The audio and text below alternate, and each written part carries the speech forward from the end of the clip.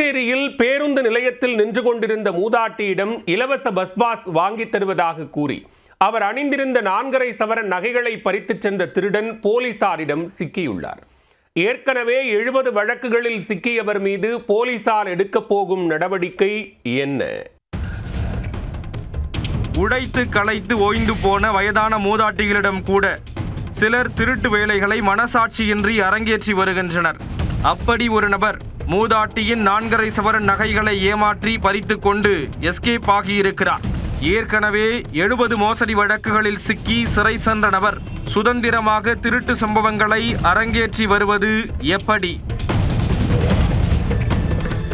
புதுச்சேரி கரிக்கலாம்பாக்கம் கிராமத்தைச் சேர்ந்த 65 வயதான சந்திரா என்பவர்தான் நகைகளை பறிகொடுத்த மூதாட்டி. இவர் கடந்த 13ஆம் தேதி புதுச்சேரி பேருந்து நிலையத்தில் பேருந்துக்காக காத்திருந்தார். அவரது கழுத்தில் 4 சவரன் நகை தொங்குவதை பார்த்ததும் அந்த மர்ம நபருக்கு கைகள் துருதுருவென துடிக்க ஆரம்பித்துள்ளது. உடனே மூதாட்டியின் அருகே சென்று, பாட்டி, உங்களை போன்ற வயதானவர்களுக்கு எல்லாம் இலவச பஸ் பாஸ் தருகிறார்கள், தெரியுமா உங்களுக்கு என பேச்சு கொடுத்துள்ளார். பாட்டியும் அவரது பேச்சை நம்பியது போன்று பார்க்க, ஆதார் கார்டு இருந்தால் போதும், நானே வாங்கி தருகிறேன் என கூறியிருக்கிறார். பாட்டியும் சரி என தலையாட்ட அவரை போட்டோ எடுக்க வேண்டுமென கூறி எதிரே உள்ள ஜவுளிக்கடை அருகே அழைத்துச் சென்று வெள்ளை பேப்பர்களில் கையெழுத்து வாங்கியிருக்கிறார். பின் போட்டோ எடுக்கும்போது நகை போட்டிருந்தால் பஸ் பாஸ் கிடைக்காது என கூறி அவர் அணிந்திருந்த 4 சவரன் செயின் மற்றும் அரை சவரன் மோதிரத்தை கழற்றி வாங்கினார். பின்னர் இங்கேயே இருங்கள், போட்டோகிராஃபரை அழைத்து வருகிறேன் என கூறிவிட்டு சென்றவர் திரும்பி வரவே இல்லை. நொந்து போன மூதாட்டி சந்திரா கலங்கி போனார்.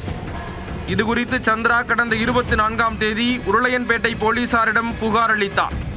வழக்கு பதிவு செய்த போலீசார் பேருந்து நிலையம் உள்ளிட்ட பகுதிகளில் இருந்த சிசிடிவி பதிவுகளை ஆய்வு செய்தனர். மூதாட்டியிடம் நகை அபகரித்து சென்றது பழைய குற்றவாளியான மதுரை எல்லிஸ் நகரைச் சேர்ந்த சித்திரவேலு என்பது தெரிய வந்தது. இவர் மீது புதுச்சேரி, தமிழகம் மற்றும் கர்நாடகாவில் 70க்கும் மேற்பட்ட மோசடி வழக்குகள் இருப்பதும் தெரிய வந்தது.